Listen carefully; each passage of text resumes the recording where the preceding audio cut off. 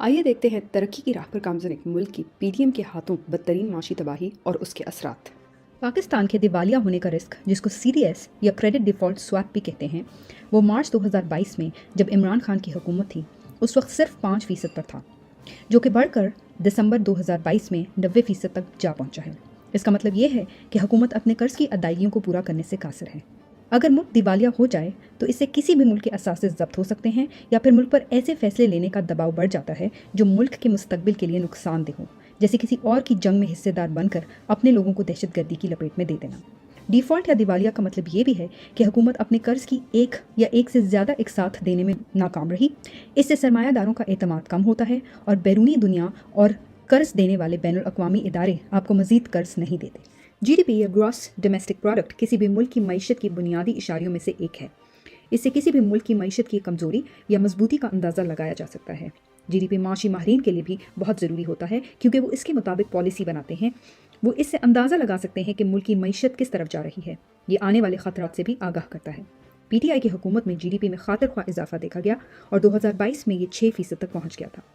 P D M کی حکومت کے آنے کے بعد جی ڈی پی میں مسلسل کمی دیکھی جا سکتی ہے اور فچ، جو کہ ایک بین الاقوامی کریڈٹ ریٹنگ ایجنسی ہے، کے اندازے کے مطابق 2023 میں جی ڈی پی کم ہو کر 1% سے بھی کم رہ جائے گا۔ یعنی کہ پاکستان تحریک انصاف کی اہل حکومت کی برطرفی نے ترقی کرتی ہوئی مستحکم معیشت کو ریورس گیئر لگا دیا۔ پی ڈی ایم کی حکومت کے آنے کے بعد پاکستان کے زر مبادلہ کے ذخائر میں بھی تشویشناک حد تک کمی دیکھی جا سکتی ہے۔ زر مبادلہ کے ذخائر سے مراد کسی بھی ملک کے مرکزی بینک کے پاس غیر ملکی اثاثے ہیں۔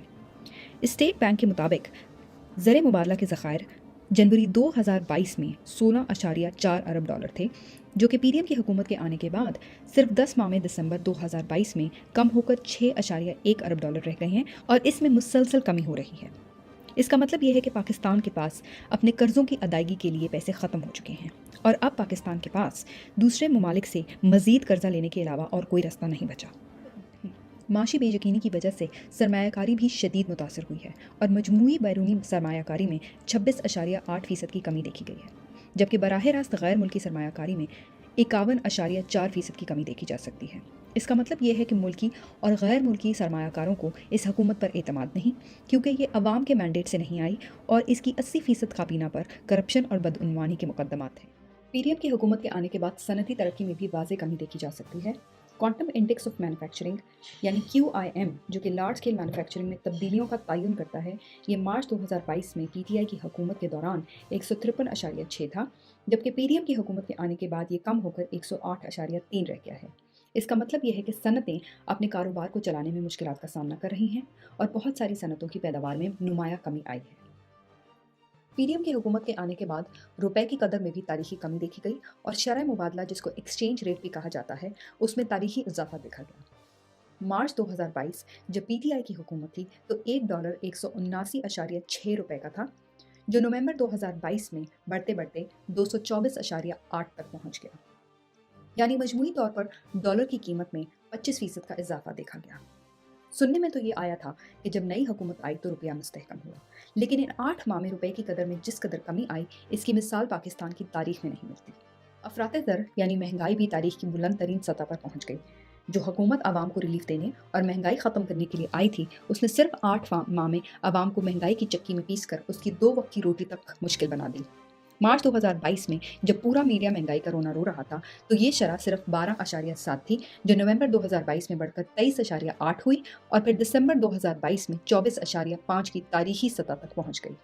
اس تاریخی مہنگائی کے باوجود اب میڈیا نہ مہنگائی کے خلاف آواز اٹھا رہا ہے اور نہ اس امپورٹڈ حکومت سے سوال کر رہا ہے کہ جو وعدے انہوں نے عوام سے کیے تھے وہ پورے کب ہوں گے۔ سرمایہ کاروں کے عدم اعتماد اور انڈسٹری کی بندش کے باعث برآمدات بھی بری طرح متاثر ہوئیں۔ جنوری 2022 میں جب عمران خان کی حکومت تھی تو پاکستان کی برآمدات 2.5 ارب ڈالر تھیں، جو مارچ 2022 میں بڑھ کر 3.1 ارب ڈالر ہو گئیں۔ صرف 9 ماہ میں یہ نومبر 2022 میں کم ہو کر 2.2 ارب ڈالر رہ گئیں۔ برآمدات کم ہونے سے ملکی کرنسی کی مانگ بھی کم ہو جاتی ہے اور اس کے نتیجے میں کرنسی کی قدر میں بھی کمی آتی ہے۔ اس سے ملک کا تجارتی خسارہ بھی بڑھ جاتا ہے۔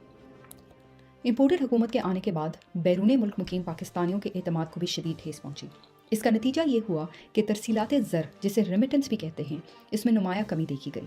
ترسیلات زر کی شرح مارچ 2022 میں 2.8 ارب ڈالر تھی، جو صرف 8 مہینے میں کم ہو کر نومبر 2022 میں $2.1 ارب رہ گئی، یعنی مجموعی طور پر اس میں 35% کی کمی دیکھی گئی۔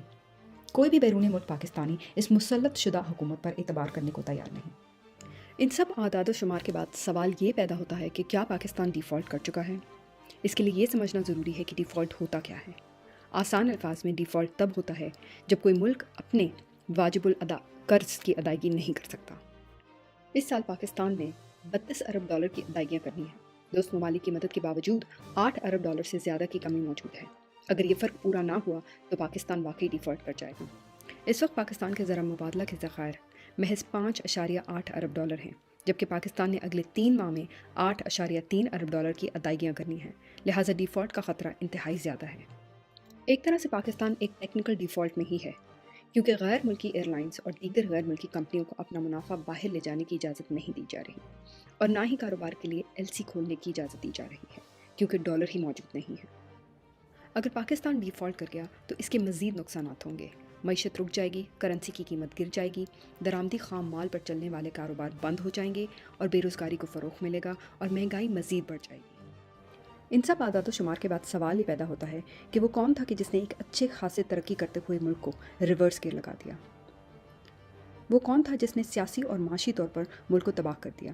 اس سازش میں کون کون ملوث تھا اور ملک اور عوام کی بدحالی کے ذمہ دار کون ہیں اور ان کو کب کیفری کردار تک پہنچایا جائے گا تاکہ آئندہ پاکستان کے خلاف ایسی کوئی سازش نہ ہو؟